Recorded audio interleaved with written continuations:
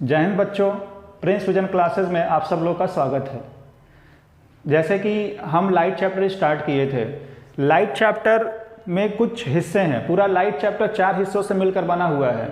एक रिफ्लेक्शन पहला, दूसरा रिफ्रैक्शन, तीसरा प्रिज्म और चौथा ह्यूमन आई। इन 4 चीज़ों को मिलाया जाए तब जाके लाइट चैप्टर एक कंप्लीट होती है।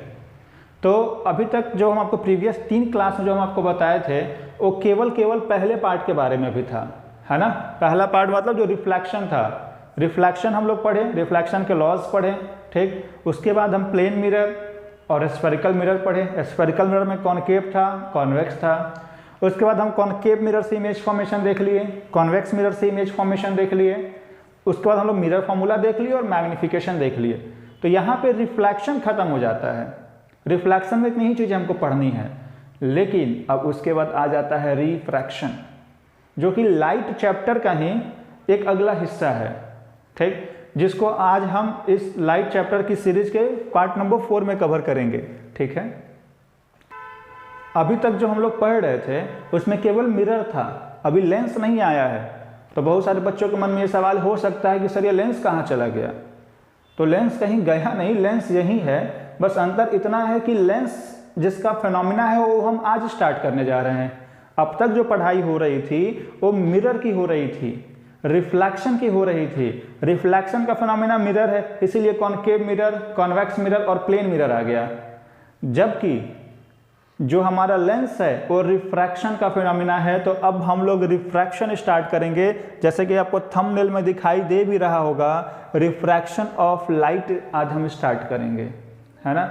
रिफ्रैक्शन ऑफ लाइट में अब हमारा यहाँ पे कॉन्वेक्स लेंस आएगा, कॉनकेव लेंस आएगा, ठीक है। तो कंफ्यूज नहीं होना है। जो मिरर होता है रिफ्लेक्शन का फिनोमिना होता है, जबकि जो लेंस होता है वो सॉरी तो आपको कंफ्यूज नहीं होना है। जो मिरर होता है वो रिफ्लेक्शन का फिनोमिना होता है, जबकि जो लेंस होता है वो रिफ्रैक्शन का फिनोमिना होता है। तो आज हम रिफ्रैक्शन पढ़ने जा रहे हैं। तो सबसे पहले हम देखते हैं कि रिफ्रैक्शन क्या होता है, ठीक। अच्छा, यदि हम रिफ्रैक्शन के बारे में यदि नॉर्मल कुछ बात करें तो आप ज़रा ध्यान से देखिए। यहाँ पे आपको ये दिखाई दे रहा है कि ये जो पेंसिल है, यहाँ पे ये पेंसिल दिखाई दे रहा है। इस पेंसिल को जब हम लोग ग्लास में डाले हैं, ठीक है, तो हमको ये पेंसिल यहाँ से बेंड दिखाई दे रही है। जैसे ही यहाँ से पानी में एंट्री मारा, यहाँ से कुछ बेंड हो गया है। ये क्यों बेंड हुआ है आपको मालूम है? आपको क्या लगता है कि जो दुकानदार है वो पेंसिल ऐसे बीच में बेंड करके दिया था? नहीं। यदि आप भी दुकान पे कोई पेंसिल लेने जाएं या कोई कलम लेने जाएं और आपको बेंड दें तो आप पहले कहेंगे हमको बेंड दे रहे हैं, हम ये नहीं लेंगे, हमको पागल समझे हैं क्या, हमको अच्छा पेंसिल चाहिए क्योंकि हम पैसा दे रहे हैं ना। तो दुकानदार तो आपको सीधा ही पेंसिल दिया, लेकिन उसको पानी में डालते ही वो बेंड हो गया। कैसे? सबसे बड़ी सवाल तो ये आती है। तो ये बेंड कैसे हुआ, इस सवाल का जवाब हमारे इसी टॉपिक में छुपा हुआ है, रिफ्रैक्शन ऑफ लाइट के टॉपिक में, है ना। तो जब रिफ्लेक्शन ऑफ लाइट के टॉपिक में हम आगे बढ़ेंगे तो आपको बड़ी आसानी से मालूम चल जाएगा कि आखिर पेंसिल को पानी में डिप करने के बाद वो बेंड क्यों हो जाती है। या फिर आप किसी भी ऑब्जेक्ट को पानी में रखिए तो जाता तो बॉटम पे ही है, लेकिन वो बॉटम से थोड़ा सा ऊपर दिखाई देता है। वो बॉटम से थोड़ा ऊपर क्यों दिखाई देता है, इसका भी आंसर यही टॉपिक दे देगा। तो one of the most important topic है लाइट चैप्टर का। तो चलिए हम स्टार्ट करते हैं, ठीक। सबसे पहले हम बात करते हैं, एक बेसिक अंतर हम आपको बता दें, फिर हम आगे चर्चा करेंगे। अभी तक हम रिफ्लेक्शन पढ़ रहे थे, ठीक है। और आज जो हम पढ़ने वाले हैं वो रिफ्रैक्शन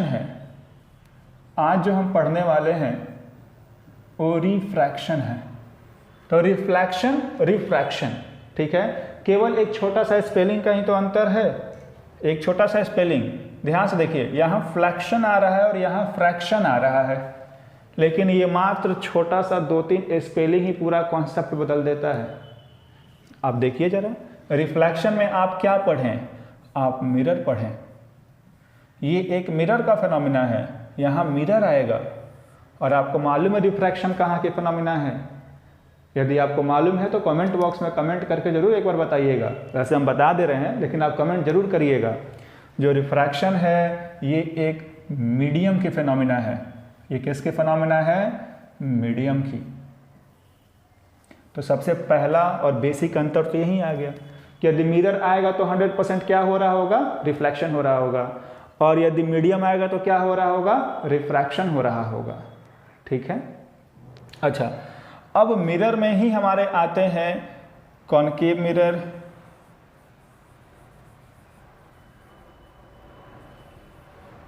और कॉन्वेक्स मिरर।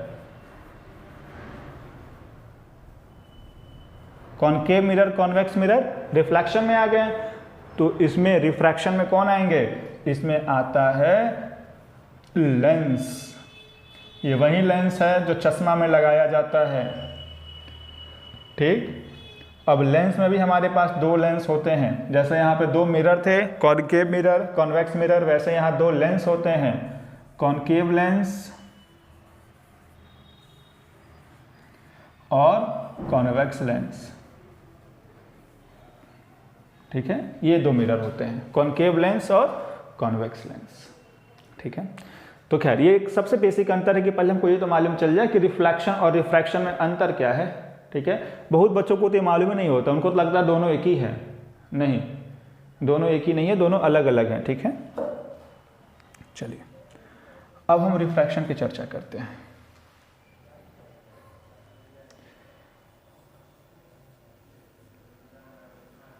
रिफ्रैक्शन। ठीक है। देखिए ये तो बात हम आपको बता दिए कि जो रिफ्रैक्शन है ये एक मीडियम का फिनोमिना है। जो रिफ्रैक्शन है ये एक मीडियम का फिनोमिना है। मीडियम का मतलब हमारे पास बहुत सारे मीडियम हो सकते हैं। तो जब लाइट एक मीडियम से दूसरे मीडियम में एंट्री मारती है ना, तो कुछ हरकत करती है। उसी हरकत के बारे में जो पढ़ा जाता है वो रिफ्रैक्शन के अंडर आता है। तो जरा ध्यान से देखिए। अच्छा, वो जानने से पहले जरा हमको दो मीडियम के बारे में जानना होगा। दो मीडियम में एक होता है रेयरर मीडियम। सबसे पहला होता है रेयरर मीडियम। Rarer medium. ठीक। और दूसरा होता है denser medium. Rarer medium, denser medium. ठीक। रेयरर मीडियम और डेंसर मीडियम क्या होता है पहले इसको समझ लेते हैं। ठीक है। यदि हम रेयरर मीडियम की बात करें तो ये मीडियम हल्का होता है। हल्का मतलब यदि मान लीजिए दो मीडियम है, यदि कोई मीडियम हल्का है तो उसको रेयरर बोला जाएगा, और यदि कोई मीडियम भारी है तो उसको डेंसर बोला जाएगा।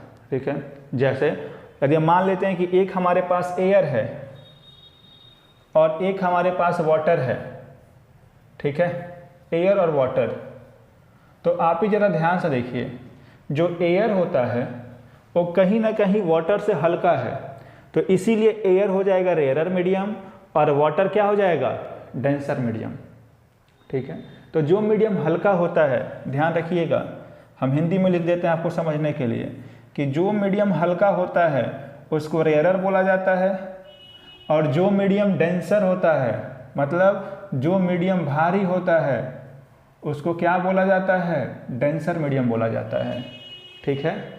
जो मीडियम लाइट होते हैं, हल्के होते हैं, रेयरर हो गए, और जो मीडियम हैवी होंगे, वेटेड होंगे, उनको डेंसर मीडियम बोलेंगे। तो ये दो मीडियम समझ में आया, वो रेयरर और डेंसर, हम यहीं से समझेंगे। ठीक है।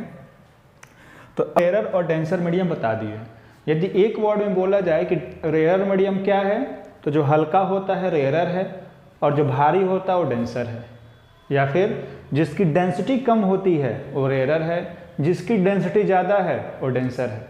ठीक है। अब हम आगे मेन रिफ्रैक्शन का डिफिनीशन देखते हैं। ठीक है। रिफ्रैक्शन का डिफिनीशन देखने से पहले हम कुछ आपको चीज़ बताते हैं। ठीक है। यदि वो समझ में आ जाता है तो फिर रिफ्रैक्शन का डिफिनीशन समझ में आ जाएगा। ध्यान से देखिए।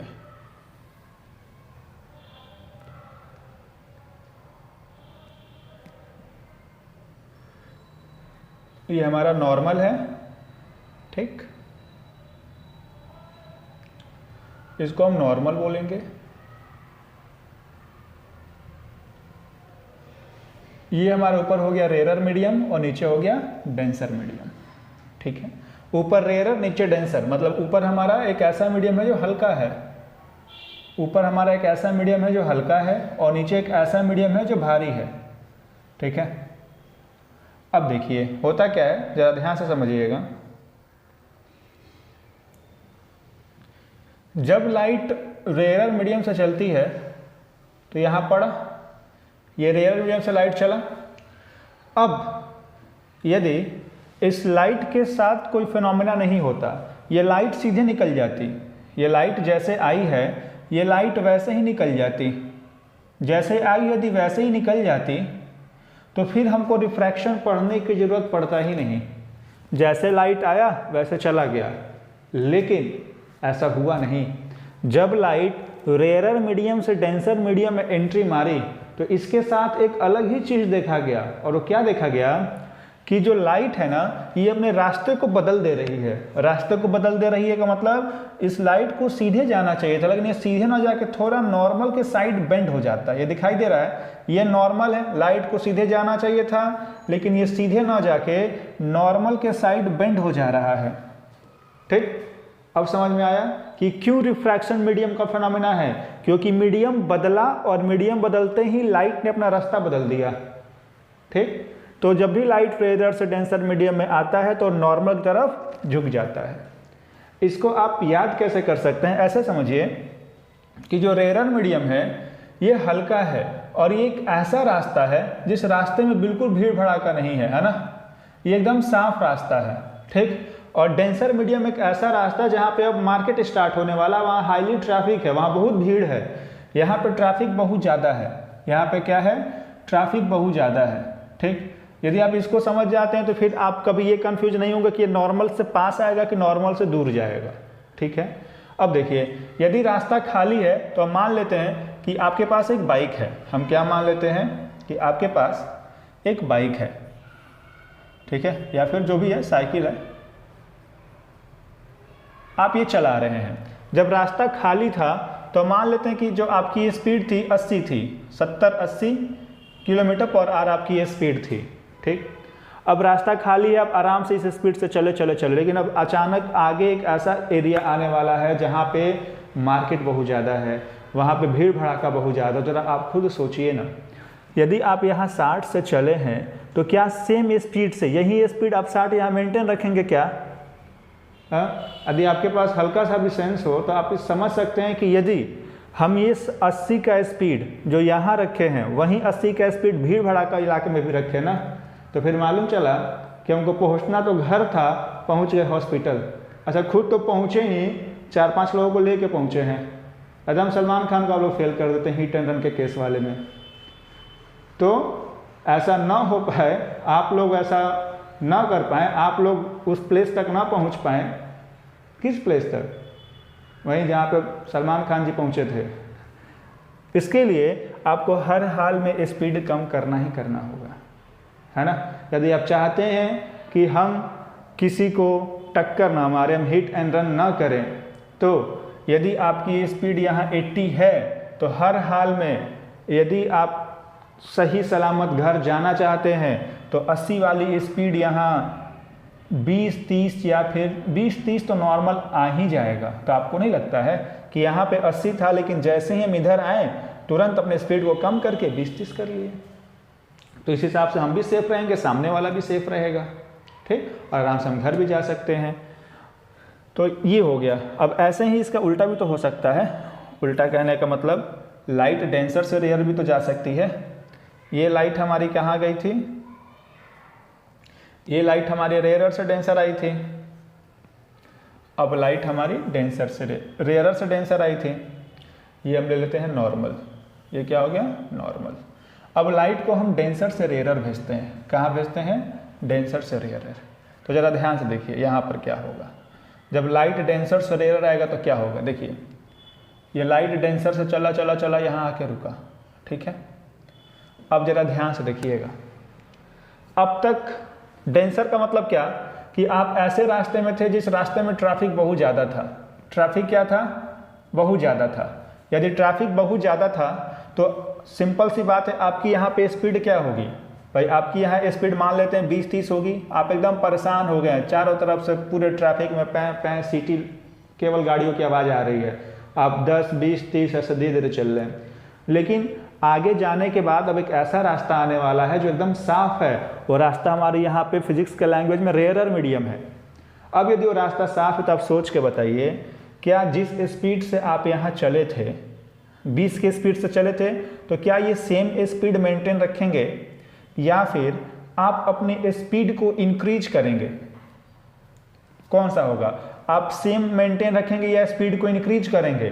तो सिंपल सी बात है, आप यहाँ ट्रैफिक में इतने ना परेशान हो गए होंगे कि आप ये मन ही मन सोच रहे होंगे कि कब ये ट्रैफिक खत्म होता है कि हम स्पीड बढ़ाएं और जल्द से जल्द अपने घर पहुँचे।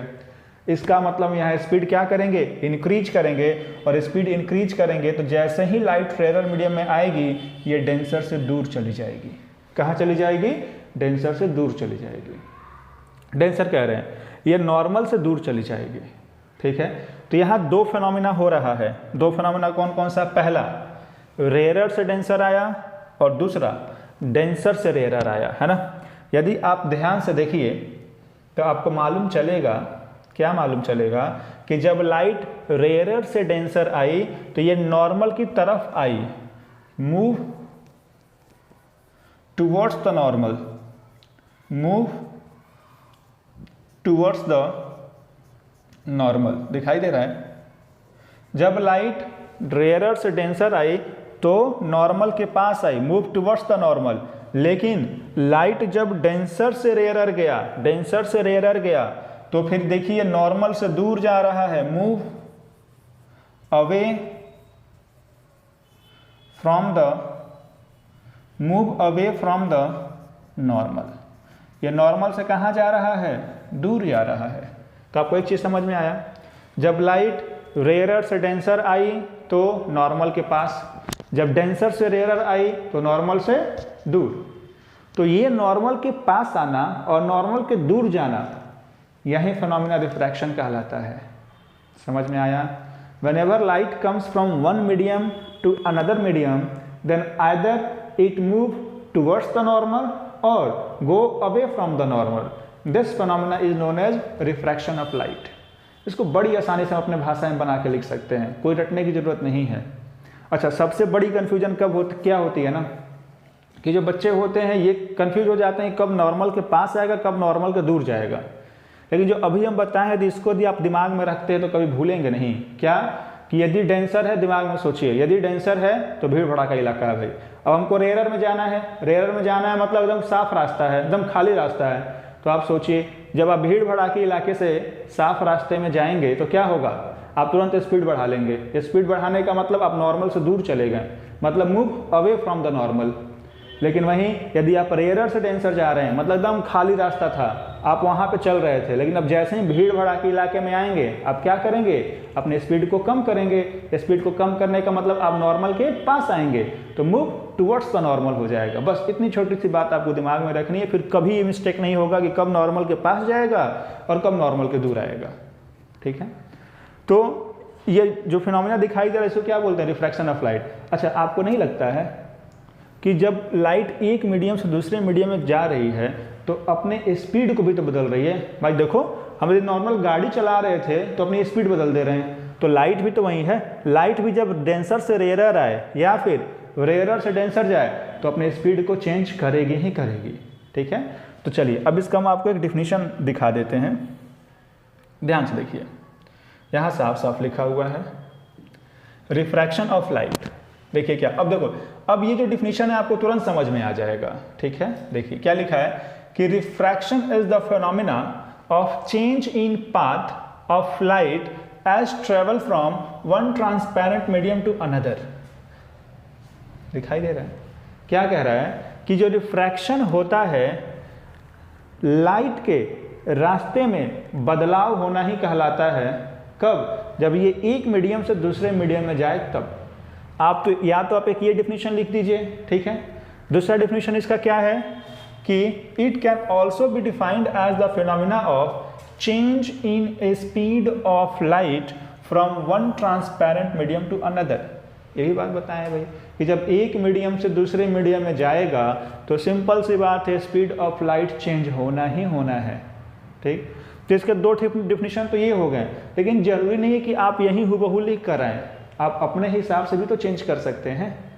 जैसे आप ये बोल सकते हैं कि जब लाइट रेयरर से डेंसर जाती है तो क्या होती है, सोच के बताइए, नॉर्मल से दूर जाएगी कि नॉर्मल से पास आएगी?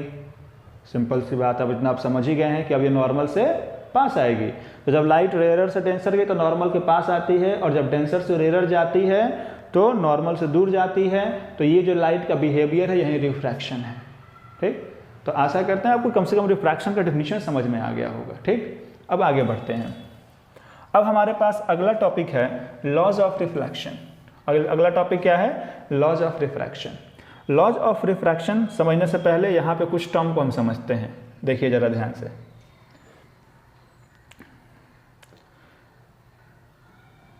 देखिए जैसे हमारे पास लॉज ऑफ रिफ्लेक्शन थे ना, वैसे ही लॉज ऑफ रिफ्रैक्शन भी होते हैं। जैसे हमारे पास लॉज ऑफ रिफ्लेक्शन थे, वहां भी दो नियम था, यहाँ भी दो नियम होगा। कौन कौन से अभी समझते हैं। पहले जरा हम डायग्राम देख लेते हैं। ठीक है, हम मान लेते हैं ये लाइट यहाँ फॉल करी और करने के बाद ये नॉर्मल के पास आ गई। ठीक है, अब आप खुद सोच के बता सकते हैं कि ये ऊपर वाला रेयरर है कि डेंसर है, कि नीचे वाला रेयरर है कि डेंसर है। आप कमेंट करके ज़रूर बताइएगा कि ये बताइए जो यहाँ फर्स्ट मीडियम है ये क्या है और सेकंड मीडियम क्या है। वैसे हम यहाँ बता दे रहे हैं, लेकिन जब आप ये लेक्चर देखिएगा तो ज़रूर वहाँ पे कमेंट करिएगा और हमें बताइएगा, ताकि हमें लगे कि हाँ आप क्लास देख रहे हैं। क्या कि फर्स्ट मीडियम क्या होगा और सेकेंड मीडियम क्या होगा, बताइए। फर्स्ट मीडियम रेयरर है कि डेंसर है? तो आप हल्का सा सोचिए ना, यहाँ नॉर्मल स्पीड अचानक स्पीड घट गई। स्पीड कब घटती है? जब भीड़ भड़ा के इलाके में जाएंगे तब, और भीड़ भड़ा का इलाका का मतलब डेंसर, मतलब नीचे वाला डेंसर हो गया, ऊपर वाला रेयरर हो गया। देखिए कितना आसान है पहचानना। ठीक है, अब ध्यान से देखिए, बोर्ड पर देखिए। अच्छा, ये लाइट यहाँ इंसिडेंट की है तो इसको बोलते हैं इंसिडेंट रे। जैसे वहां पर था वैसे यहां पर भी ये क्या हो गया? Incident ray. अच्छा, ये लाइट पड़ने के बाद रिफ्रैक्ट की है, इसको रिफ्रैक्टेड रे बोलते हैं। रिफ्रैक्टेड रे, इसको क्या बोलते हैं? रिफ्रैक्टेड रे। ठीक, जैसे हमारे रिफ्लेक्शन में था इंसिडेंट रे, लेकिन रिफ्लेक्शन में यहाँ रिफ्लेक्टेड था, यहाँ क्या है? रिफ्रैक्टेड है। बस इतना सा ही ध्यान रखना है, बाकी क्या है और हम समझ लेते हैं। अच्छा, ये तो नॉर्मल है, ये तो बात हम जानते ही हैं, क्या कि ये हमारा नॉर्मल है, ये क्या है? नॉर्मल। ठीक, अब देखिए ध्यान से, अब देखिए वहां पे एंगल ऑफ इंसिडेंस का डेफिनेशन क्या था कि the angle between incident ray and normal is called angle of incidence. The same definition is here also. जो वहां था वही यहां पर भी है। इंसिडेंट रे और नॉर्मल के बीच के एंगल को क्या बोलेंगे? Angle of incidence, angle I. ठीक है, वहां पे एंगल ऑफ रिफ्लेक्शन का डेफिनेशन क्या था कि the angle between reflected ray and normal is known as angle of refraction. Same definition यहां पर भी है, बस जहां जहां रिफ्लेक्शन है वहां वहां रिफ्रैक्शन कर देना है। मतलब the angle between normal and the refracted ray is known as angle of refraction. इसको रिफ्लेक्शन नहीं, एंगल ऑफ रिफ्रैक्शन बोलते हैं। ठीक है, तो हमारे पास ये मेनली यहाँ पर भी इतने कुछ टर्म आते हैं। ये टर्म हम समझ जाएंगे तो फिर इसके भी दो नियम होते हैं, दोनों नियम आसानी से समझ जाएंगे। कौन कौन से term? Incident ray, normal, angle of incidence, angle of refraction, refracted रे। ठीक है, ये हमारे पास कुछ टर्म हो गए। अब इसके नियम को समझते हैं। हमारे पास इसके दो नियम हैं। कितने नियम हैं? दो।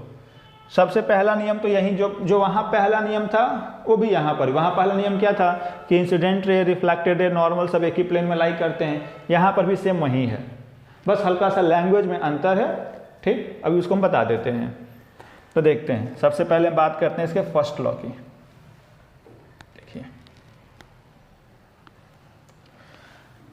हम बात करते हैं फर्स्ट लॉ की। दिखाई दे रहा है सबको? ध्यान से देखिए। The incident ray, the normal to the refraction surface at the point of incidence and the refracted ray all lie in the same plane. All lie in the same plane. कहने का मतलब क्या है कि जो हमारा इंसिडेंट रे है, ठीक, और जो हमारा नॉर्मल है, कहाँ का नॉर्मल, जहाँ पर रिफ्रैक्टेड सरफेस था वहाँ वाला, है ना, जो हमारा नॉर्मल है और जो रिफ्रैक्टेड रे है, ये क्या करते हैं, एक ही प्लेन में लाई करते हैं। ठीक है, तो बड़ी आसानी से डिफिनीशन आपको याद है। यदि आपको रिफ्लेक्शन का डिफिनीशन याद है तो रिफ्रैक्शन का डिफिनीशन याद करना एकदम आसान है। ठीक है, इसका सेकेंड लॉ इंपॉर्टेंट है, क्योंकि सेकेंड लॉ से बहुत सारे टर्म नए नए आते हैं। सेकेंड लॉ को सबसे मोस्ट इंपॉर्टेंट आपको याद रखना होगा कि इसको स्नेल्स लॉ बोलते हैं। स्नेल्स लॉ, ध्यान से सुनिएगा, स्नेल्स है, स्नेक ना समझ लीजिएगा, यानी कि सांप का नियम याद कर लिए, ये सांप का नियम नहीं है, ये स्नेल्स का लॉ है। स्नेल्स एक वैज्ञानिक थे, उन्होंने ये लॉ दिया था, उन्हीं के नाम पे पढ़ा है ना। स्नेल्स लॉ क्या कहता है समझिएगा। स्नेल्स लॉ ये कहता है ना कि हम आपको यहाँ से समझा देते हैं, पहले फिर इसको समझाते हैं। स्नेल्स लॉ बोलते हैं या इसी को सेकेंड लॉ बोला जाता है। और second law of refraction. Snell's law क्या कहता है, the ratio of sine of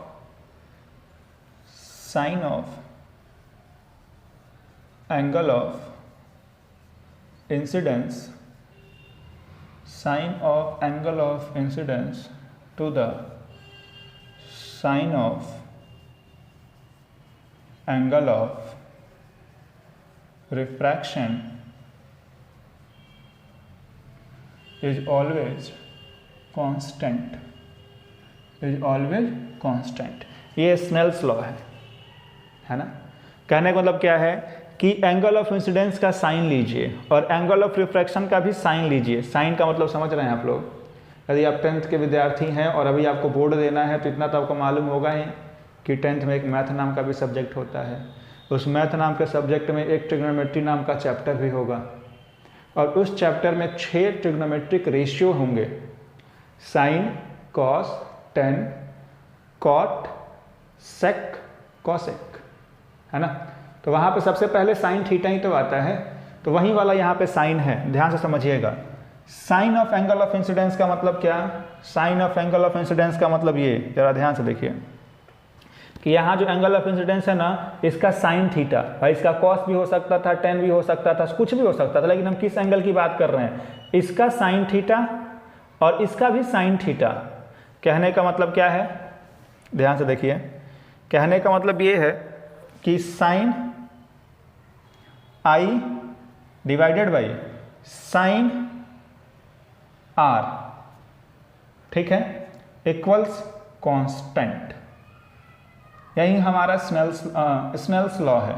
ये नियम जल्दी बच्चों को याद नहीं होता है, लेकिन आप यहाँ से बड़ी आसानी से याद कर सकते हैं कि the ratio of sine of angle of incidence to the sine of angle of refraction is always constant, this is known as Snell's law, as simple as you think, है ना। अब इसी को यहाँ देख लेते हैं, यही यहाँ पे लिखा है,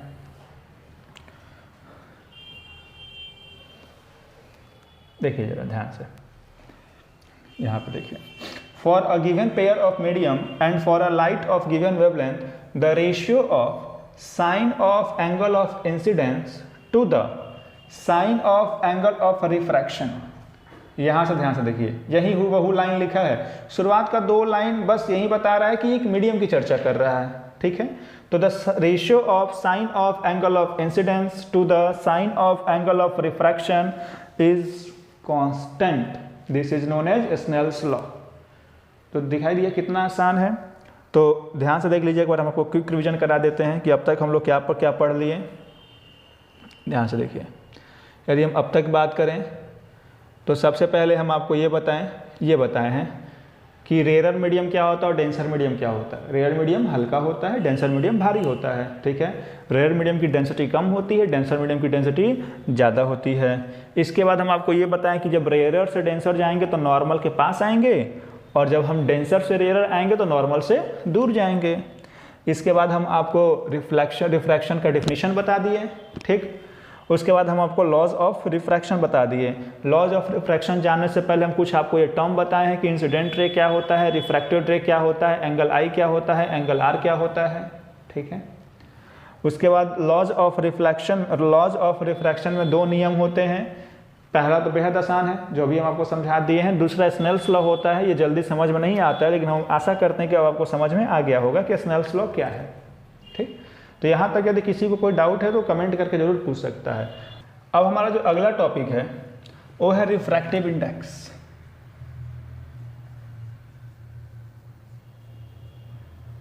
रिफ्रैक्टिव इंडेक्स, इसको भी ध्यान से देखिएगा, रिफ्रैक्टिव इंडेक्स क्या होता है, ठीक है। यदि हम रिफ्रैक्टिव इंडेक्स की बात करें तो इसको दो तरीके से डिफाइन किया जा सकता है। पहला तो सबसे आसान हम अभी बता दें कि जब लाइट रेयरर से डेंसर आ रही थी, अब यहाँ ध्यान से देखिए, जब लाइट रेयरर से डेंसर आई तो ये नॉर्मल के पास आई, और वहीं जब डेंसर से रेयरर गई तो नॉर्मल से दूर गई, है ना।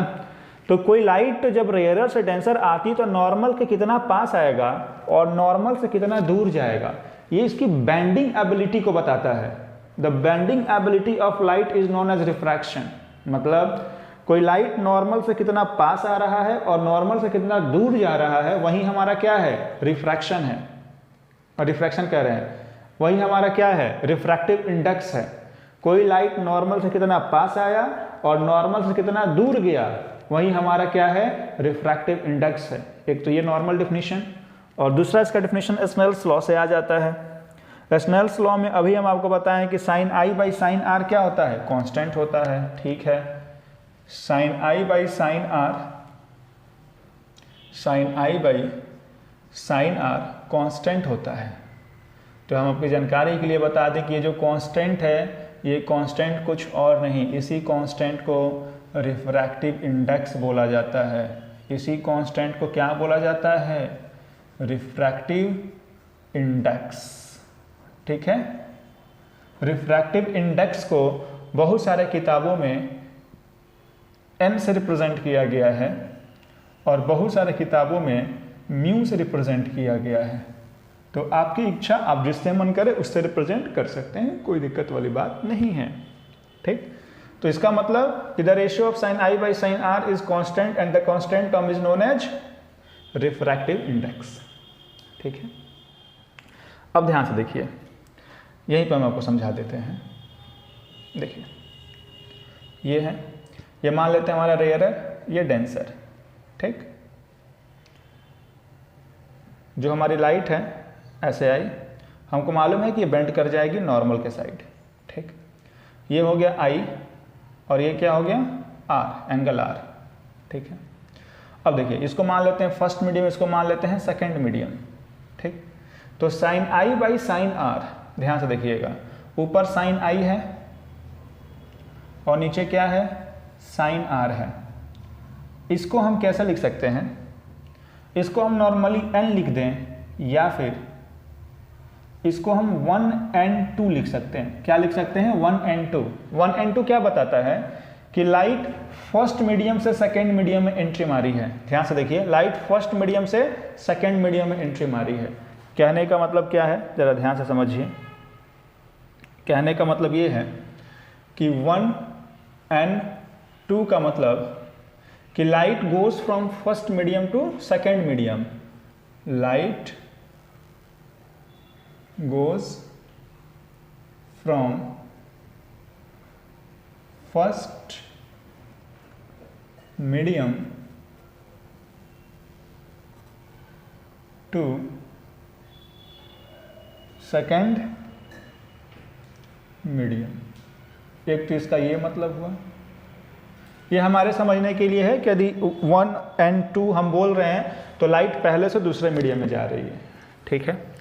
अच्छा, इसी को एक जो मैक्सिमम हम लोग बोलते हैं वो ये बोलते हैं कि उसको पढ़ा कैसे जाता है, तो उसको ये पढ़ा जाता है ना कि refractive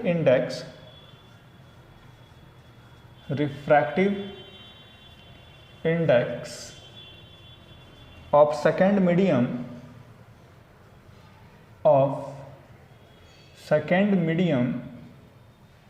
with respect to first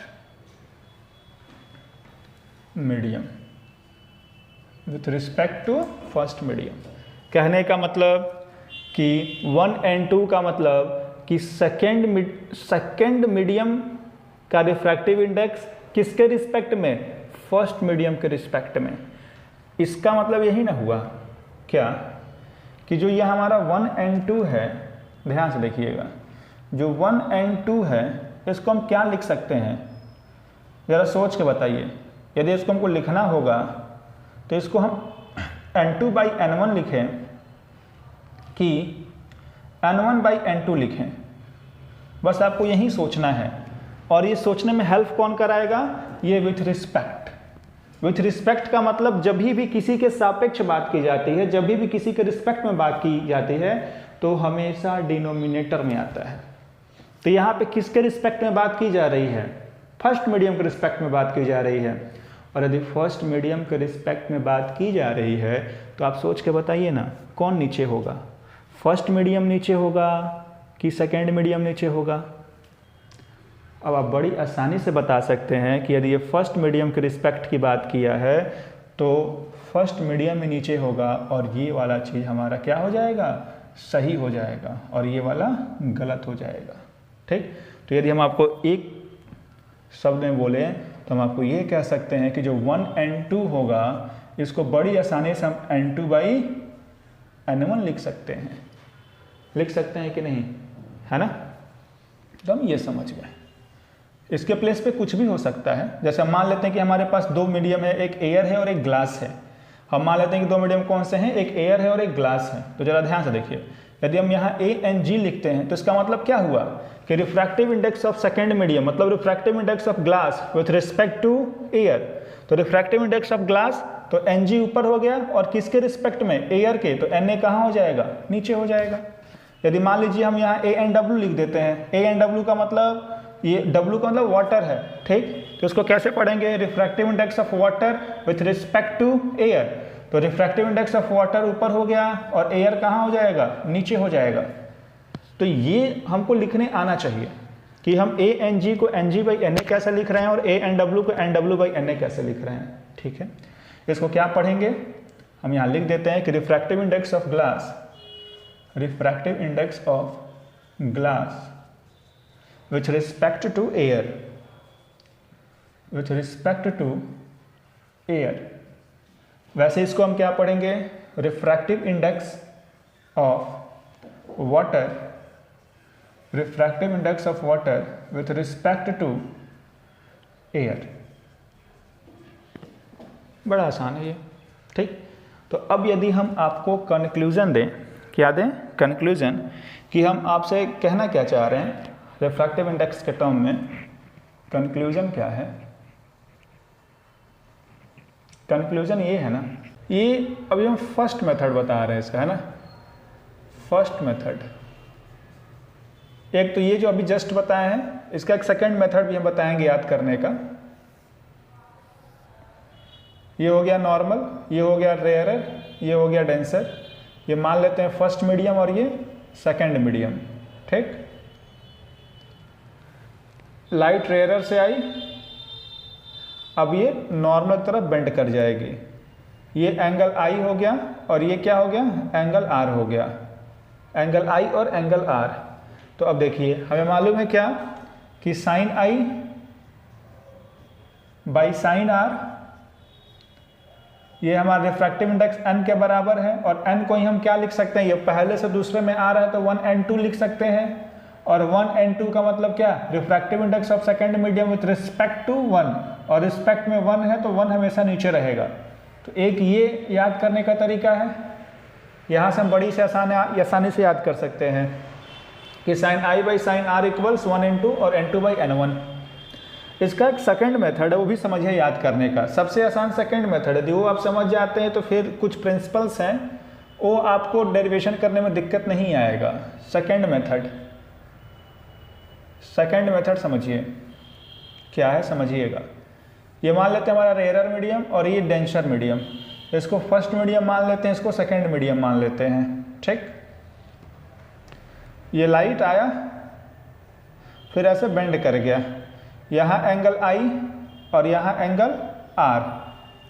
अब देखिए जरा, यदि ये फर्स्ट मीडियम है तो इसका रिफ्रैक्टिव इंडेक्स क्या होगा भाई? फर्स्ट मीडियम है तो फर्स्ट मीडियम का रिफ्रैक्टिव इंडेक्स हम मान लेते हैं कि n1 है, n1, और सेकेंड मीडियम का रिफ्रैक्टिव इंडेक्स क्या है? n2 है। ठीक है, तो देखिए हम करते क्या है ना कि फर्स्ट मीडियम का रिफ्रैक्टिव इंडेक्स इनटू उसमें बनने वाला एंगल साइन आई इक्वल्स होगा सेकेंड मीडियम का रिफ्रैक्टिव इंडेक्स इनटू उसमें बनने वाला एंगल साइन आर। इसका मतलब क्या है, जरा ध्यान से देखिए कि यहाँ का फर्स्ट मीडियम का रिफ्रैक्टिव इंडेक्स n1 और इसमें बनने वाला एंगल क्या है? Sine I. ये किसके बराबर हो जाएगा? सेकेंड मीडियम का रिफ्रैक्टिव इंडेक्स n2 और इसमें बनने वाला एंगल क्या है? Sine R. कोई दिक्कत? यहाँ पे हम फर्स्ट ये लिए तो यहाँ का एंगल, ये लिए तो यहाँ का एंगल, कोई दिक्कत?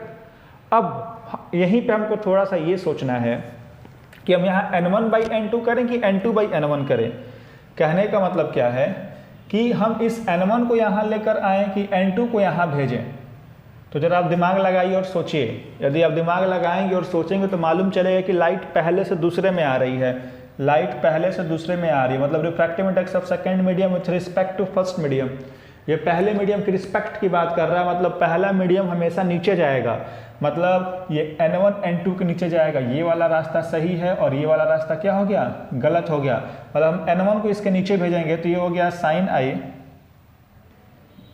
ये हो गया साइन आई n2 और n1 इसके नीचे आ गया। अब साइन आर को हम इसके नीचे भेज देते हैं तो साइन आर यहाँ पे आ गया। तो आपको नहीं लगता है कि वहीं जो स्नेल्स लॉ है वहीं वापस से आ गया भाई? Sine I by sine R equal to n2/n1, और इसी को तो 1n2 लिख सकते हैं या इसी को तो n लिख सकते हैं।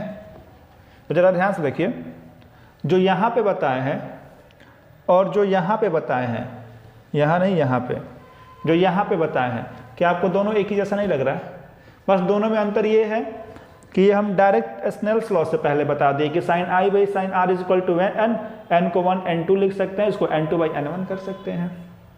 और यहाँ से हम ये बताए हैं कि आप यहाँ का रिफ्रैक्टिव इंडेक्स इंटू यहाँ का साइन आई और यहाँ का रिफ्रैक्टिव इंडेक्स इंटू यहाँ का साइन आर, उसके बाद करेंगे तो ये ऐसे हो जाएगा। ठीक, तो यहाँ तक समझ गए हैं। तो अब आगे इसमें एक मोस्ट इंपॉर्टेंट कॉन्सेप्ट हम वो समझ लेते हैं क्या, और उस पर बोर्ड पे बहुत सारे सवाल बनते हैं। रिफ्रैक्टिव इंडेक्स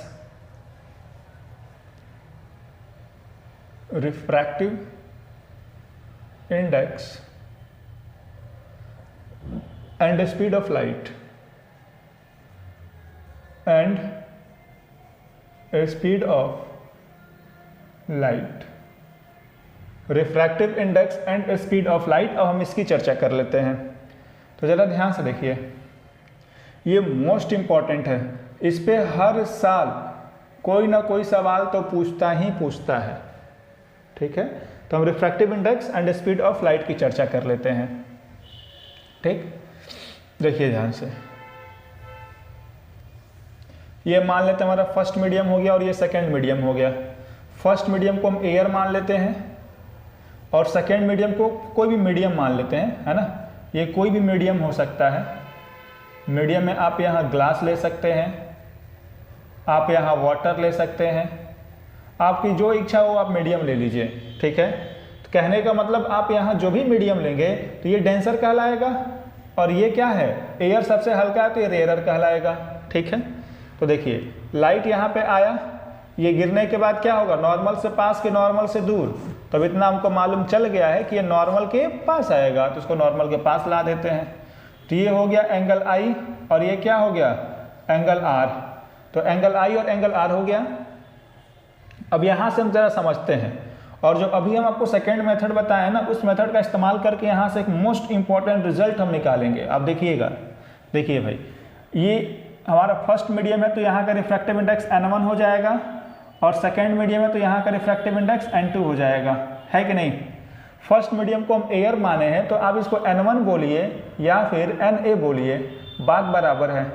हम सेकेंड मीडियम को कोई भी मीडियम माने हैं तो इसको हम n2 बोलें या nm बोलें, बात बराबर है। nm का मतलब हम किसी मीडियम में आ रहे हैं, ठीक। तो अब जरा ध्यान से देखिए आप लोग,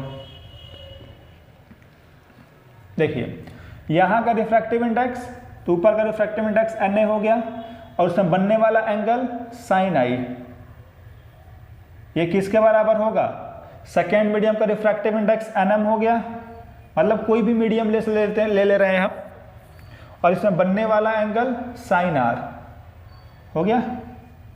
कोई दिक्कत यहाँ तक हो तो बताइए। अब जरा ध्यान से देखिए, हमको मालूम है कि एयर से मीडियम में हम आ रहे हैं, इसका मतलब इसको हम कैसे लिखेंगे कि refractive index of second medium with respect to first, first में एयर है, मतलब ये एयर वाला इसके नीचे जाएगा। तो जरा ध्यान से देखिए, इसको कैसे लिखेंगे, sine I by sine R, इस साइन आर को इसके नीचे ला दे रहे हैं और इस Na को इसके नीचे भेज देते हैं। यहां तक कोई दिक्कत है तो बताइए, ठीक। अब ध्यान से देखिए,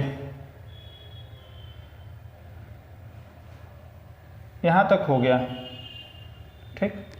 अब इसी चीज को हम ऐसे भी लिख सकते हैं क्या कि nm by Na equals sine I by sine R, ठीक। अब जरा ध्यान से देखिए और ये बताइए, जो साइन आई है कहाँ बना है, साइन आई बना है एयर में और साइन आर कहाँ बना है, मीडियम में। मतलब यदि साइन आई एयर में बना है तो क्या यहाँ पे हम ये नहीं लिख सकते हैं, speed of light in air, क्या लिख सकते हैं, speed of light in air. और ये ध्यान से देखिए, आर कहाँ बना है, मीडियम में, तो इसको हम क्या लिख सकते हैं, speed of light in medium, ठीक है। तो ये एक बहुत मोस्ट इंपॉर्टेंट फॉर्मूला आ जाता है। इसका मतलब यही ना हुआ, nm बाई Na का मतलब कि लाइट फर्स्ट से सेकेंड मीडियम में गई है, मतलब ANM, यही ना हुआ, लाइट एयर से किसी मीडियम में गई है, ये किसके बराबर हो जाएगा, sine I by sine R, और ये किसके बराबर हो जाएगा, speed of light in air by speed of light in medium, ठीक। अब देखिए, यदि हम मीडियम के प्लेस पे हम अपने मन में एक एग्जांपल ले लें कि लेट जो मीडियम है वो मान लेते हैं कि ग्लास है, मीडियम क्या है, ग्लास है।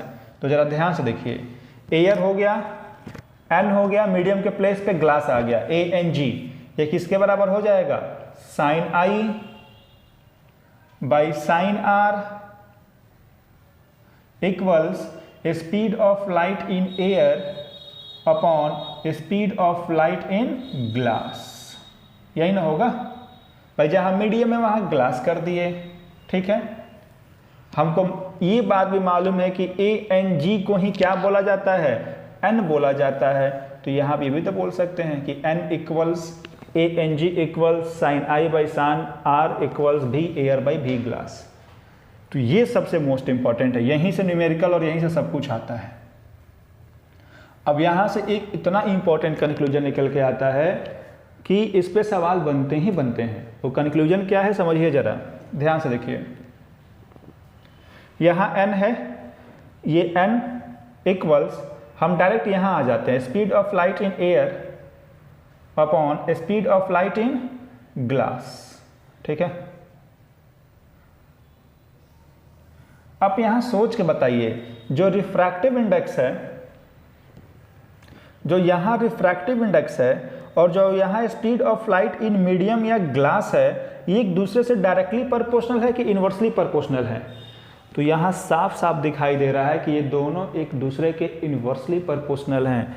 इसका मतलब ये कि जो रिफ्रैक्टिव इंडेक्स होता है ये इन्वर्सली प्रोपोर्शनल होता है speed of light in medium के, किसके, speed of light in medium के। ये इतना इम्पॉर्टेंट कॉन्सेप्ट है जिसका कोई भी जवाब नहीं। समझ में आया?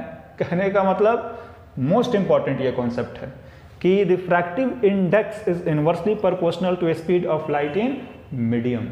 इसका एग्जांपल्स हम ये कह सकते हैं कि यदि किसी का रिफ्रैक्टिव इंडेक्स ज़्यादा हुआ, इट मीन्स उसमें स्पीड ऑफ लाइट कम हो जाएगी। n ज़्यादा होते ही भी क्या हो जाएगा, कम हो जाएगा। और यदि किसी का रिफ्रैक्टिव इंडेक्स कम हुआ तो उसमें स्पीड ऑफ लाइट क्या होगी, बढ़ जाएगी, है कि नहीं। और यदि आप हल्का सा देखें तो ये बात तो हम आपको शुरुआत में यही तो बता रहे थे, रिफ्रैक्टिव इंडेक्स ज़्यादा का मतलब कि वो डेंसर है। कैसा है, डेंसर है। तो आप ही बताइए ना, डेंसर मतलब भीड़ भड़ाका इलाका, तो क्या भीड़ भड़ाका इलाका में आपका स्पीड कभी ज़्यादा हो सकता है, कभी नहीं हो सकता है। तो हमेशा स्पीड कम ही तो होगा। देखिए यहाँ साफ साफ दिखाई दे रहा है कि रिफ्रैक्टिव इंडेक्स ज़्यादा, इसका मतलब सिंपल सी बात है कि वो डेंसर है, और डेंसर में स्पीड कभी ज़्यादा हो ही नहीं सकती है। ये फॉर्मूला भी तो यही कहने की कोशिश कर रहा है। और रिफ्रैक्टिव इंडेक्स कम, रिफ्रैक्टिव इंडेक्स कम, इस कम का मतलब कौन सा medium, rarer medium. Rarer medium का मतलब हल्का है भाई, रास्ता एकदम खाली है, एकदम खाली है तो एकदम उड़ाइए, एकदम अपने गाड़ी को लेकर एकदम स्पीड में चलिए, तो यहाँ पे बड़ी आसानी से आपका स्पीड बढ़ जाएगा। तो यदि रिफ्रैक्टिव इंडेक्स कम है तो क्या होगा, रिफ्रैक्टिव इंडेक्स कम है तो वेलोसिटी बढ़ेगी, और रिफ्रैक्टिव इंडेक्स ज़्यादा है तो उसकी वेलोसिटी कम हो जाएगी।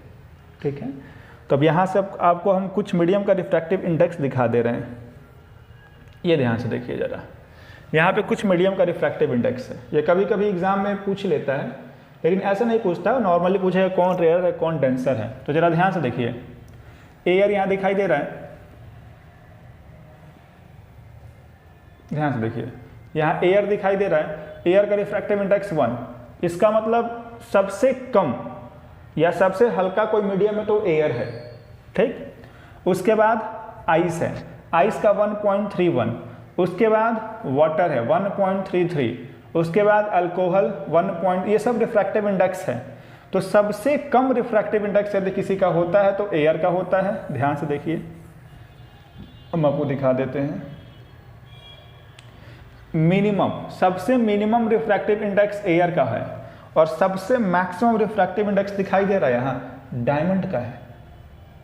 डायमंड का सबसे मैक्सिमम रिफ्रैक्टिव इंडेक्स है, कितना है, 2.42 है। एयर का 1 हो गया अप्रॉक्स, डायमंड का 2.42 हो गया। तो आप अभी जो हम एक रिलेशन बताए हैं कि refractive index is inversely proportional to speed of light, इस रिलेशन का इस्तेमाल करते हुए आप कमेंट बॉक्स में ये कमेंट करके बता दीजिए कि किस में स्पीड ऑफ लाइट ज़्यादा होगा और किस में कम होगा। ठीक है, हम अभी यहाँ बता दे रहे हैं, लेकिन आप ज़रूर कमेंट करके बताइएगा। ध्यान से देखिए, यदि हम बात करें तो बड़ी आसानी से हम बता सकते हैं कि सबसे मिनिमम इसका रिफ्रैक्टिव इंडेक्स यदि कम है तो स्पीड ऑफ लाइट ज़्यादा होगा। यही ना रिलेशन है कि n is inversely proportional to भी रिफ्रैक्टिव इंडेक्स कम, स्पीड ऑफ लाइट ज़्यादा। इसीलिए एयर में सबसे ज़्यादा स्पीड ऑफ लाइट होता है। ठीक, और सबसे ज़्यादा रिफ्रैक्टिव इंडेक्स डायमंड का है। डायमंड का n जो है बहुत ज़्यादा है। n यदि बहुत ज़्यादा है तो इसमें स्पीड की वेलोसिटी क्या होगी, सबसे कम, एकदम मिनिमम होगी। ठीक, तो इसमें से कोई भी 3-4 दे के अरेंज करा के पूछ सकता है। हम यहाँ पे आपको एग्जांपल लेकर समझा देते हैं। जैसे मान लेते हमारे पास 3 मीडियम है, तो एक हो गया Na, इसका रिफ्रैक्टिव इंडेक्स हम 1 मान लेते हैं। एक हो गया Nb, इसका रिफ्रैक्टिव इंडेक्स को हम 1.5 मान लेते हैं। एक हो गया Nc, इसके रिफ्रैक्टिव इंडेक्स को हम 2.1 मान लेते हैं। अब सवाल ये है कि बताइए किस में स्पीड ऑफ लाइट ज़्यादा होगा, है ना। हम आपको ऑप्शन दे देते हैं स्पीड ऑफ लाइट का। ठीक, आप कमेंट करके जरूर हमें बताइएगा कि कौन सा ऑप्शन इसमें करेक्ट है। पहला ऑप्शन क्या है कि speed of light in A बराबर होगा speed of light in B बराबर होगा speed of light in C. दूसरा ये है कि speed of light in A ज़्यादा होगा speed of light in B से, और ये ज़्यादा होगा speed of light in C से। और अगला ये है कि speed of light in A ये कम होगा speed of light in B, ये और ये। और अगला ये है कि speed of light in A equals speed of light in B greater than speed of light in C. तो ये 4 ऑप्शन है। आप चारों ऑप्शन में से कोई एक ऑप्शन सेलेक्ट करके हमें जरूर कमेंट बॉक्स में कमेंट करके बताइएगा कि यदि ये 3 रिफ्रैक्टिव इंडेक्स है तो बताइए इसमें स्पीड ऑफ लाइट का रेशियो क्या होगा। रेशियो कह रहे हैं किस में स्पीड ऑफ लाइट ज़्यादा होगा और किस में स्पीड ऑफ लाइट कम होगा। ठीक है, अब हम आगे बढ़ते हैं। यदि इतना समझ गए हैं तो अब हम आगे बढ़ते हैं। ठीक, अब हम बात करते हैं refraction through glass slab. Refraction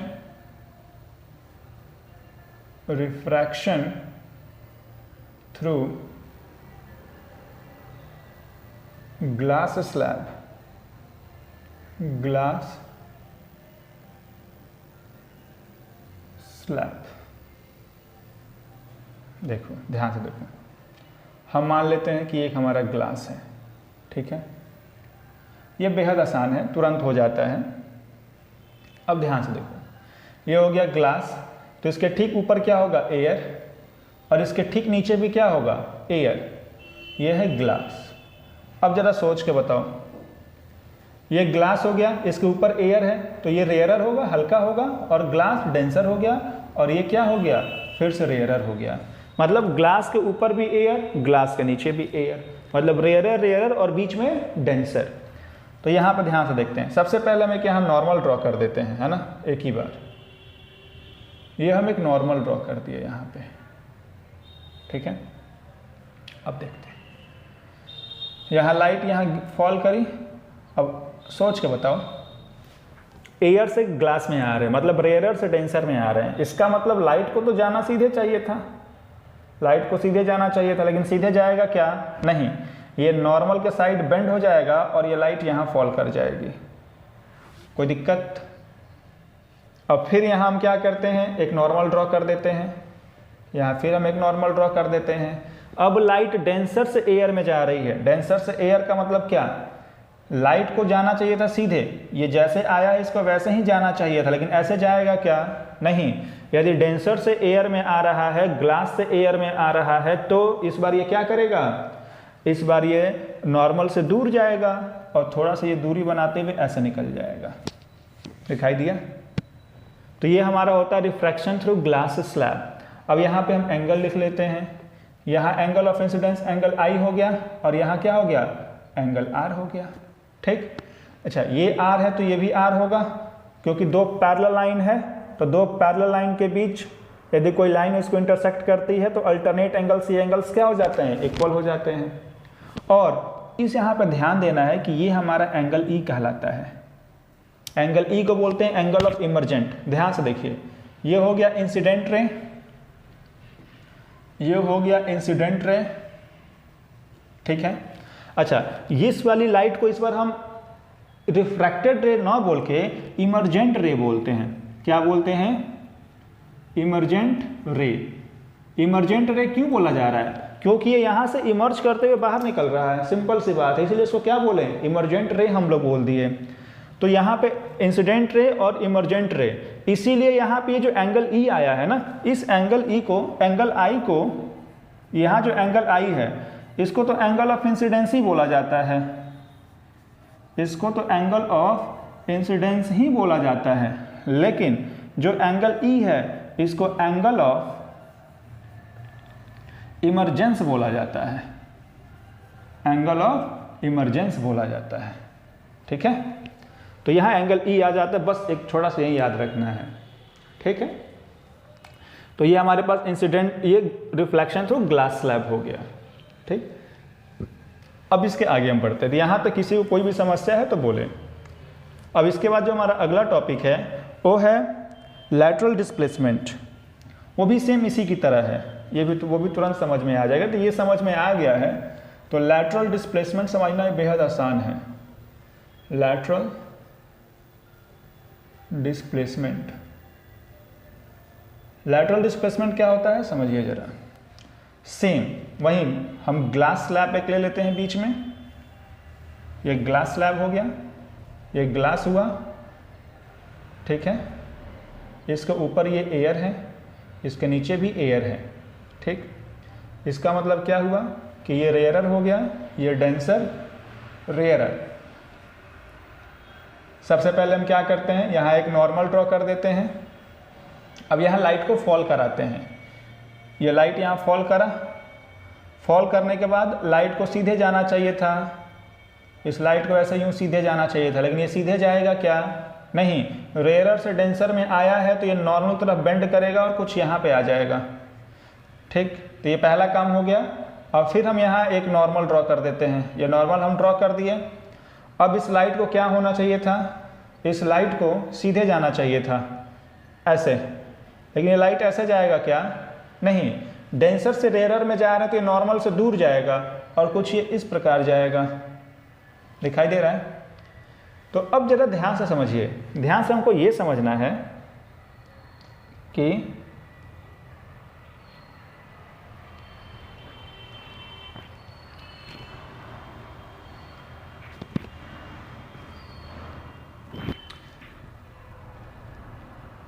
ये तो हमारा एंगल आई हो गया, ये एंगल आर, ये भी एंगल आर, और इसको एंगल ई बोलेंगे।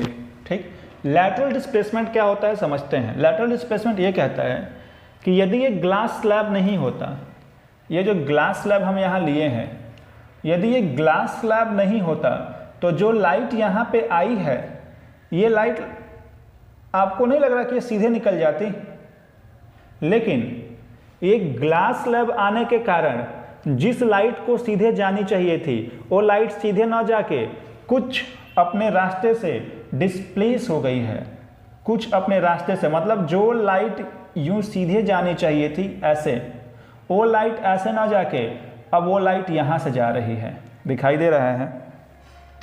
जिस लाइट को, ये देखिएगा, जिस लाइट को यहाँ से जाना चाहिए था वो लाइट यहाँ से ना जाके वो लाइट यहाँ से ना जाके वो लाइट यहाँ से जा रहा है। मतलब जिस लाइट का रास्ता ये होता उस लाइट का रास्ता अब ये है। और ये हुआ क्यों? क्योंकि बीच में ग्लास स्लैब आया और उसके रास्ते को बदल दिया, और ये जो रास्ता बदला है ये परपेंडिकुलरली यहाँ शिफ्ट कर जाता है। अब परपेंडिकुलरली जब ये रास्ता यहाँ से शिफ्ट किया ना, इसी को शिफ्ट किया तो डिस्प्लेसमेंट हो गया। जो रास्ता ये होना चाहिए तो रास्ता ये हो गया, तो शिफ्ट किया तो डिस्प्लेसमेंट हो गया, सिंपल सी बात है। और ये 90 डिग्री पे होता है, इसलिए इसको लैटरल डिस्प्लेसमेंट बोलते हैं। क्या कि लाइट के रास्ते में ग्लास स्लैब रखने के कारण जो उसके रास्ते में डिस्प्लेसमेंट होता है उसी को लैटरल डिस्प्लेसमेंट बोला जाता है। ठीक है, आई होप कि समझ में आ गया होगा। और यहाँ पे एक सबसे इम्पोर्टेंट कॉन्सेप्ट और आपको याद रखना है कि इस केस में हमेशा हमेशा और हमेशा, हम यहाँ लिख देते हैं कि इस केस में हमेशा और हमेशा एंगल जो आई होता है ये एंगल ई के बराबर होता है। मतलब जो ये वाला हमारा एंगल है और ये वाला जो एंगल है ये दोनों हमेशा इक्वल होंगे। Angle of incidence is always equal to angle of emergence. ठीक, तो यहाँ तक किसी को भी डाउट है तो आसानी से पूछ सकता है, या फिर कमेंट बॉक्स में कमेंट करके भी पूछ सकता है। एक बार हम आपको क्विक रिवीजन करा देते हैं। हम ये रिफ्रैक्शन थ्रू ग्लास स्लैब पढ़े। देखिए यहाँ ग्लास स्लैब भी जब हम पढ़े तो दिखाई दे रहा है कि यदि ये ग्लास नहीं होता तो ये लाइट सीधे निकल गई होती, लेकिन सीधे क्यों नहीं निकली? क्योंकि ग्लास स्लैब आ गया। ग्लास स्लैब आने के कारण इसके रास्ते में बदलाव हो गया, और ये जो बदलाव होता है परपेंडिकुलरली होता है, इसलिए इसको अगले टॉपिक में क्या बोल दिए? लैटरल डिस्प्लेसमेंट बोल दिए।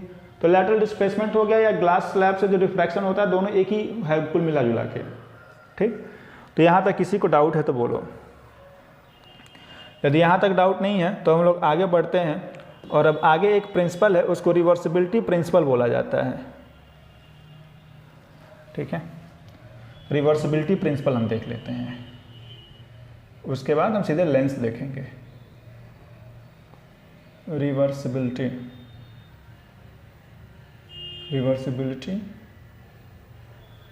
Principal, reversibility principle. Reversibility principle ये कहता है, ध्यान से देखिए, क्या कि ये हमारा फर्स्ट मीडियम है और ये हमारा सेकेंड मीडियम है। ठीक है, हम मान लेते हैं कि फर्स्ट मीडियम से लाइट आई और आने के बाद ये बेंड कर गई। ये फर्स्ट मीडियम रेयरर हो गया, सेकेंड मीडियम डेंसर हो गया। अब हम करते क्या है, यहाँ पे कोई पॉलिश या कोई मिरर यदि यहाँ पे हम रख देते हैं ना, यहाँ कोई मिरर या पॉलिश करके कुछ भी ऑब्जेक्ट रख देते हैं, तो ये लाइट आई, इस पर पड़ी, पड़ने के बाद ये आई और ऐसे रिफ्रैक्ट करके इस पर पड़ी। जैसे ही पड़ेगा तो शीशा क्या करेगा ना, जो यहाँ ऑब्जेक्ट रखा है इसको सेम पाथ पे इसको वापस भेज देगा। समझ में आया? कहने का मतलब एक तो आया और जैसे ही इस मिरर या ऑब्जेक्ट पे पड़ा वापस उसी रास्ते से चला गया। ठीक है, तो सबसे पहले इसका हम केस नंबर 1 बात करते हैं कि जब लाइट आया और इस पे पड़ा। ठीक, तो कहने का मतलब ये है, केस 1 हमारा ये है। ठीक, ध्यान से देखिए, केस 1 में क्या हो रहा है कि यहाँ का फर्स्ट मीडियम है तो इसका रिफ्रैक्टिव इंडेक्स n1 और सेकेंड मीडियम है तो रिफ्रैक्टिव इंडेक्स n2। तो अच्छा, यहाँ का एंगल I और यहाँ का एंगल R। तो फर्स्ट मीडियम का रिफ्रैक्टिव इंडेक्स n1 और यहाँ का एंगल क्या हो गया, साइन I। ये किसके बराबर होगा, सेकेंड मीडियम का रिफ्रैक्टिव इंडेक्स n2 और यहाँ का एंगल साइन R। अब ध्यान से देखिए, लाइट फर्स्ट से सेकंड में आ रही है, मतलब फर्स्ट रिस्पेक्ट में है। यदि फर्स्ट रिस्पेक्ट में है तो ये n1 कहाँ जाएगा, n2 के नीचे जाएगा, तो हम भेज देते हैं। ठीक, तो ये हो गया साइन I और साइन R को इसके नीचे और इसको n2/n1। ये हमारा हो गया इक्वेशन नंबर 1। ये हो गया इक्वेशन नंबर 1। अब हम चर्चा कर लेते हैं केस 2 की। केस 2 में क्या हो रहा था, ध्यान से देखिए। अब केस 2 में जैसे ये मिरर पे फॉल हुआ, ये यहाँ से, हम आपको दूसरा कलर लेकर समझा देते हैं। अब लाइट ये यहाँ से ऐसे रिटर्न चली जाएगी, है ना। तो केस 2 में यदि ध्यान से देखा जाए तो यहाँ का रिफ्रैक्टिव इंडेक्स n2 इंटू यहाँ का एंगल साइन R इक्वल्स ऊपर का रिफ्रैक्टिव इंडेक्स n1 और वहाँ का एंगल क्या है, साइन I। ठीक, अब यहाँ पे आप हमको सोच के बताइए, इस बार ये सेकेंड से फर्स्ट में गया है, मतलब इसको 2n1 हुआ है भाई। सेकेंड से फर्स्ट में गया तो 2n1 हुआ, यही ना। यदि 2n1 हो तो इसको कैसे पढ़ेंगे, refractive index of first medium with respect to second medium. मतलब इस बार ये सेकेंड मीडियम रिस्पेक्ट में है। यदि सेकेंड मीडियम रिस्पेक्ट में है तो सोच के बताइए कौन इसके नीचे आएगा, n2 n1 के नीचे जाएगा कि n1 n2 के नीचे जाएगा। कहने का मतलब ये n2 को हम इसके नीचे लाएं कि n1 को n2 के नीचे भेजें, क्या किया जाए। तो अब आप समझ गए हैं कि जो रिस्पेक्ट में होता है हमेशा डिनोमिनेटर में होता है। यदि डिनोमिनेटर में होता है तो इस बार कौन डिनोमिनेटर में है, सेकेंड मीडियम रिस्पेक्ट में है तो वो नीचे जाएगा। तो कहने का मतलब क्या है कि साइन R, साइन I को इसके नीचे भेज देते हैं और ये हो गया n1 n2 को इसके नीचे भेज देते हैं और इसको इक्वेशन 2 बोल देते हैं। इसको क्या बोल देते हैं, इक्वेशन 2। अब इसके बाद हम इक्वेशन 1 और इक्वेशन 2 को मल्टीप्लाई कर देते हैं। Multiply equation 1 and 2, multiply equation 1 and 2। तो इक्वेशन 1 हमारा क्या था, sine I by sine R equals n2/n1, मतलब sine I by sine R। ठीक, मल्टीप्लाइड बाई इस साइड क्या था, इस साइड क्या था, sine R by sine I, sine R by sine I।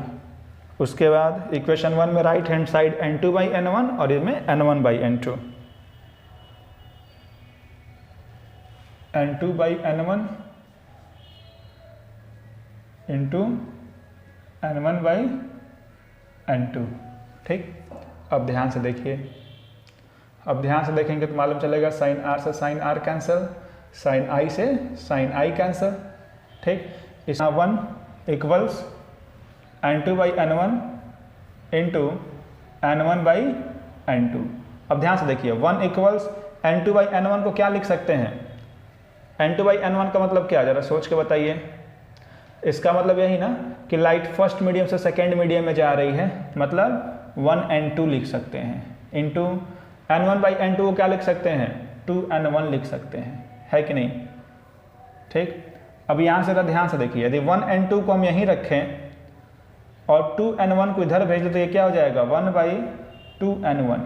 तो यही हमारा रिवर्सिबिलिटी प्रिंसिपल है। ज़रा ध्यान से देखिएगा, यहाँ पे देखिए, यहाँ 1 है और यहाँ 2 है। यदि इसको इंटरचेंज करना चाहते हैं, 2 को यहाँ लाना चाहते हैं और 1 को यहाँ भेजना चाहते हैं, तो बस इसको 1 बाई कर देना है। कहने का मतलब क्या है, ध्यान से देखिए, हम आपको एग्जांपल देकर समझाते हैं।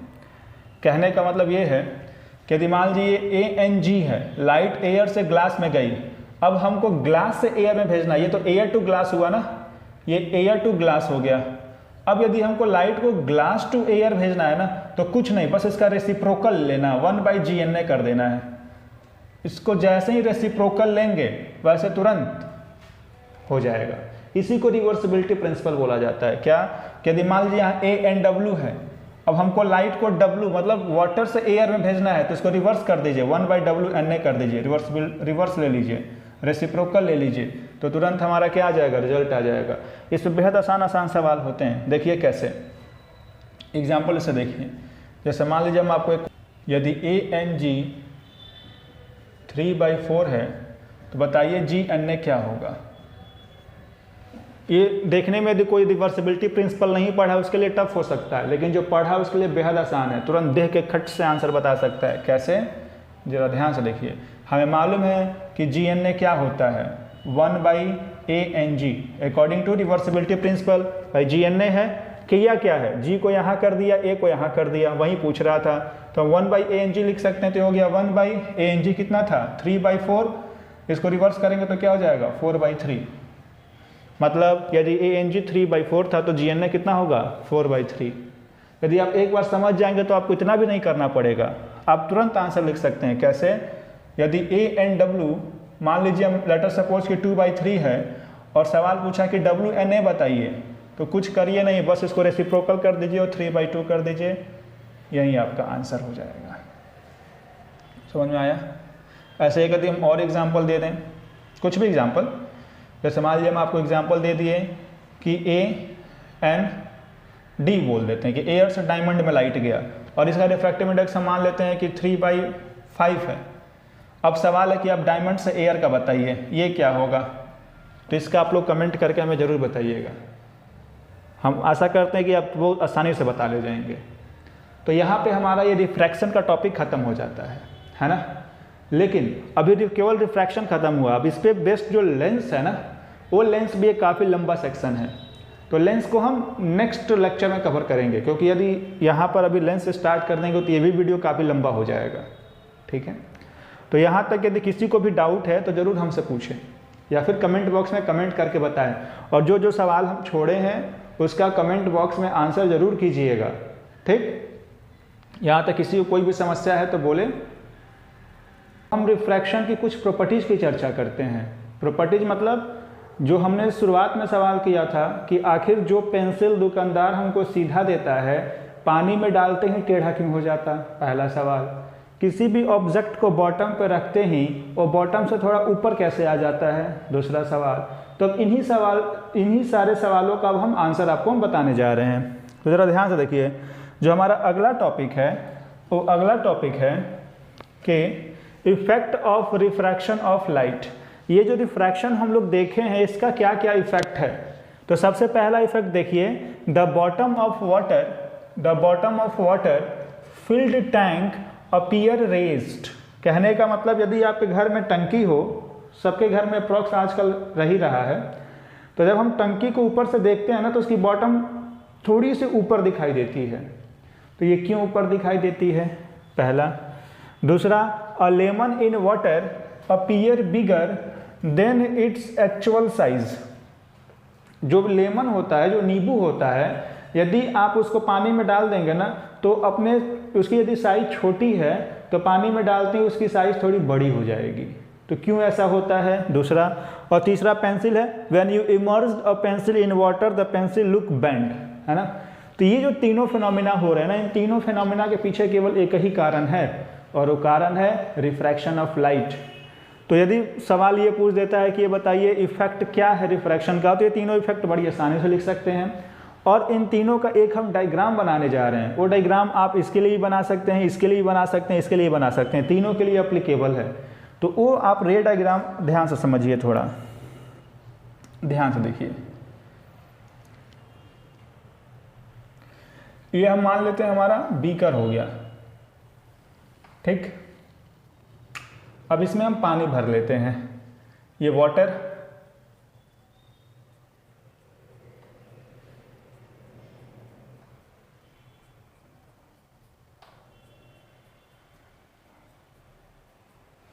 ठीक। पानी को थोड़ा हम कम भरते हैं,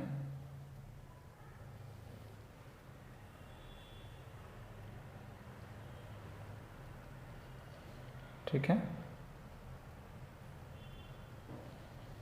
अब जरा ध्यान से देखिए, हम एक ऑब्जेक्ट लेते हैं और उस ऑब्जेक्ट को इसके बॉटम पर रख देते हैं। ये ऑब्जेक्ट ले लिए, यहाँ एक ऑब्जेक्ट है, ये क्या हो गया ऑब्जेक्ट, ऑब्जेक्ट इसके बॉटम पे है, ये हो गया ऑब्जेक्ट। ये ऑब्जेक्ट कुछ भी हो सकता है, ये ऑब्जेक्ट जो टंकी था उसका बॉटम हो सकता है, ये ऑब्जेक्ट लेमन हो सकता है, ये ऑब्जेक्ट वो पेंसिल हो सकती है, ठीक है। तो जरा ध्यान से देखिए होगा क्या। अब लाइट हमेशा ऑब्जेक्ट से निकलेगी, लाइट हमेशा कहाँ से निकलेगी, ऑब्जेक्ट से। तो जरा ध्यान से देखिए, अब लाइट को वाटर से एयर में जाना है। देखिए यहाँ तक पूरा इसके नीचे वाटर है, यहाँ तक वाटर है, और इसके ठीक ऊपर वाटर खत्म हुआ तो इसके ठीक ऊपर कौन सा मीडियम स्टार्ट हो गया, एयर। मतलब ये हो गया वाटर और ये हमारा मीडियम हो गया एयर। अब सोच के बताइए इसमें से कौन रेयरर कौन डेंसर है। तो ये बात तो सबको मालूम चल गया है कि जो वाटर होगा ये डेंसर होगा और जो एयर होगा ये क्या होगा, ये रेयरर होगा। मतलब इस बार जो लाइट वाटर से निकलेगा ये डेंसर से रेयरर जाएगा, ठीक है। तो चलिए अब हम आपको इसका रे डायग्राम बना के दिखाते हैं तो आपको आसानी से समझ में आ जाएगा। ध्यान से देखिए, मान लेते हैं कि इस ऑब्जेक्ट से एक लाइट ये निकली, ठीक। अब यहाँ हम नॉर्मल ड्रॉ करते हैं, ये हम यहाँ नॉर्मल ड्रॉ कर दिए,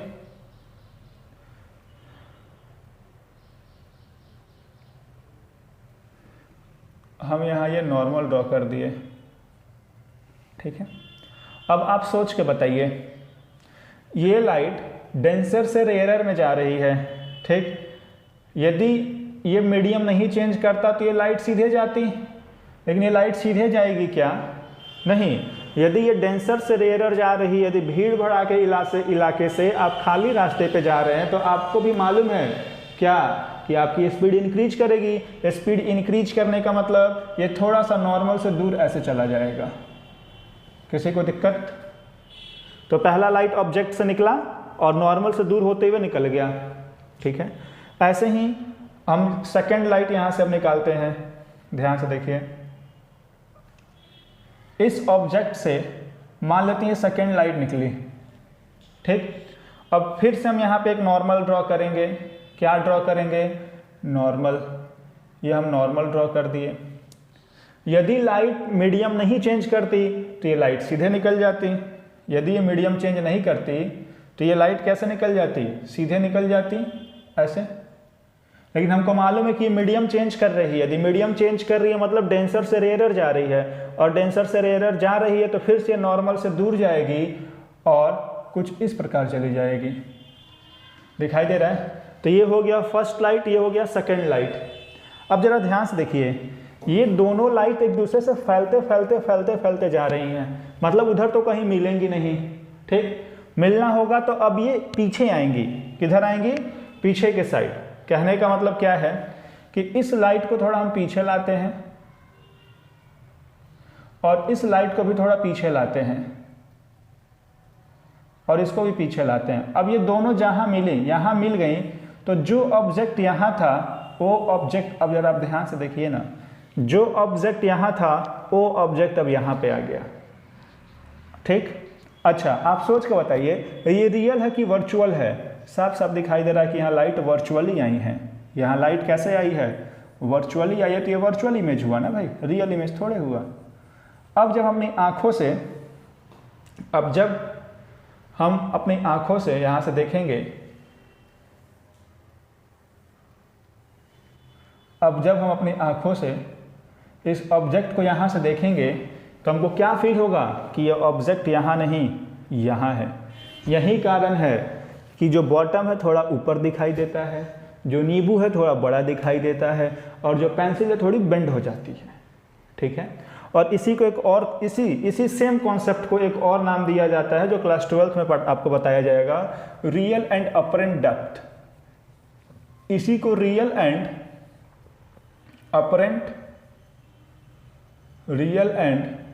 अपरेंट डेप्थ नाम के एक टॉपिक से भी जाना जाता है, ठीक है। रियल मतलब ये ऑब्जेक्ट की हमारी रियल गहराई हो गई, और अपरेंट मतलब ये वाली दिखाई दे रहा है, ये रियल और ये अपरेंट, ठीक। तो रियल डेप्थ हमारा ये हो गया और अपरेंट डेप्थ हमारा जो वर्चुअल इमेज बना है उसका हो गया। तो यहाँ पे अब हमारा रिफ्रैक्शन पूरी तरीके से ख़त्म हो जाता है। अब इस पे बेस्ट जो हमारे पास एप्लीकेशन जैसे लेंस है वो पढ़ना है।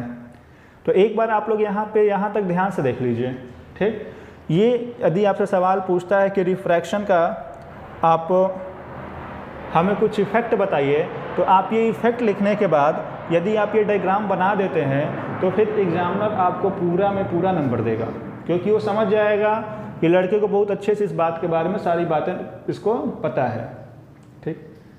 तो यहाँ तक यदि किसी को कोई भी समस्या है तो कमेंट बॉक्स में कमेंट करके ज़रूर बताएं, ठीक है। धन्यवाद।